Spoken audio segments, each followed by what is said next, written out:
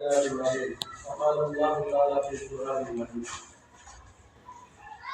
আজকে ওয়ার্ড পরিবেশনমূলক পত্রিকায় দিবস ভাষা প্রধান অতিথি অধ্যক্ষ জনাব কাজী মহসিন আহমদ, বিশেষ অতিথি জনাব মৌলানা আব্দুল শহীদ সাহেব, আলহাদ জনাব মৌলানা শহীদ পাশা সাহেব ও জনাব নাসির উদ্দিন চৌধুরী সাহেব উপস্থিত ছিলেন।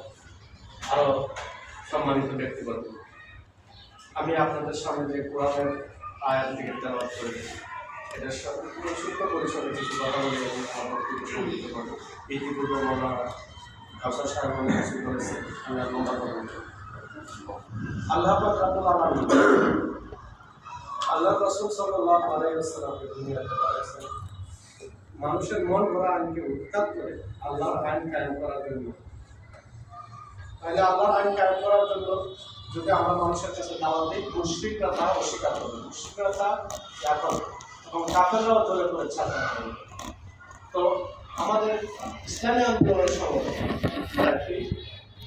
জামাত ইসলামী, ইসলামী ছাত্র শিবির, সংস্থা, শ্রমিক কল্যাণ ফেডারেশন, তাই একজন কর্মী উপমহাদেশের ইসলামী প্রতিষ্ঠাতা মৌলানা আব্দুল আলম উনি সাফল্যের সহ তাদের একটা বই তৈরি করেছেন। একজন কর্মী প্রথমে 4টি গুণ থাকলে সে একজন কর্মী হতে পারে। 4টি যখন সে কর্মী হয়ে সংগঠনের কাজ করবে তার মধ্যে আরো 4টি সাংগঠনিক কাজ যুক্ত হবে, মোট 8টি কাজ যুক্ত হবে। তো ব্যক্তিগত 4টি কাজ হলো, 1 নম্বর হলো দিনের ইলম। দিনের ইলম থাকবে।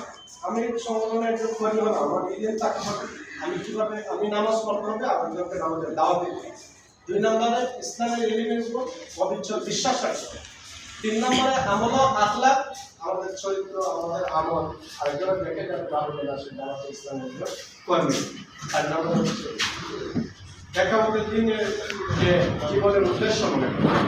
এখন আমরা দুনিয়াতে থাকাকালীন অবস্থায় অনেক উদ্দেশ্য সামনে নিয়ে গেল, লেখাপড়া করি, ডিগ্রি হাসিল করি, যে লেখাপড়া করে একটা ডিগ্রি হাসিল করে একটা চাকরি করবো, বিয়া করি, শাদী করি, এগুলো হলো দুনিয়ার উদ্দেশ্য। দেখাবতে দিনের উদ্দেশ্য হলো পরকালে যে এই যে দুনিয়ার একটা অবস্থায় জীবন, পরকালের যে একটা জীবন আছে, জীবনের সুখে শান্তিতে করে থাকবো সেই দিকে করবো।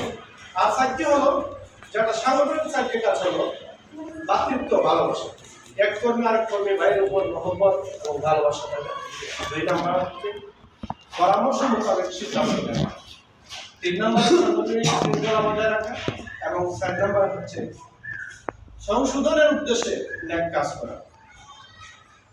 আল্লাহ পাক রব্বুল আলামিন বলেন, আফাহাসিবতুম আন্নামা খালাকনাকুম আবাসা ওয়া আন্নাকুম ইলাইনা লা তুরজাউন। আমরা দুনিয়াতে আল্লাহ পাক কেন আমাদেরকে পাঠাইছেন? কি কাজ করার জন্য? খালি খাইয়া ঘুমাইয়া আর মানুষের আলোচনা সমালোচনা হয়ে যাওয়ার জন্য, নাকি ইসলামের কাজ করার জন্য? আর এই জামাতে ইসলামী কাজটা করে একজন ভাইকে কিভাবে সে নামাজ পড়ছে কিনা, কি হালতে আছে, কোন অবস্থা আছে, এগুলা জামাতে ইসলামের কাজ করে। আর কিছু লোক আছে সমালোচনা করে, তারা বলবে যে আমাদের এই আমরা এত সুন্দর কাজ করা হয় জামাতে ইসলামের মধ্যে, তারপরেও বলে যে এদের আকীদা ভালো না, এরা লোক ভালো না। এখানে কি গুমরা, এখানে কি কোনো গান বাজনার কথা হচ্ছে না, ইসলামের কথা হচ্ছে। ঠিক তারপরেও বলবে, আমি এদেরকে বলবো যদি আকীদা ভালো না বলেন তাহলে ফাঁসির কাছে দ্বারা একবার আপনার আকীদাকে যাচাই করে গেলেন যে আমার আকীদা কেমন আছে। ফাঁসি একদিকে ফাঁসির কাছে ধরি, আর একদিকে বিশাল সংবর্ধনা, তারপরে ফাঁসির কাছে ঝুলছে না, ঝুলছে অনেক নেতা কর্মী জামাতে ইসলামের ঝুলছে। এটার জন্য দোয়া করে আল্লাহ যেন তাদেরকে জান্নাতুল ফেরদৌস দান করে। আর যারা এই যে স্বৈরাচার সরকার শেখ হাসিনা, উনি হাসিনার নেতৃত্বে 28 অক্টোবর আমাদের জামাত শিবিরের ভাইদের উপর হামলা করা হয়েছিল, নৃশংসভাবে এদেরকে হত্যা করেছে।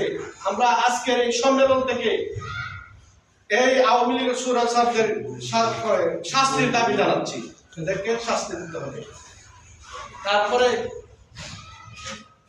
আমি আর বেশি লম্বা করবো না, সংক্ষেপে শেষ করে বলবো, আমাদের প্রত্যেক ভাইকে জন্য আমাদের দিনের উপর চলার তৌফিক দান করেন। ওয়া মা তৌফিক ইল্লা বিল্লাহ।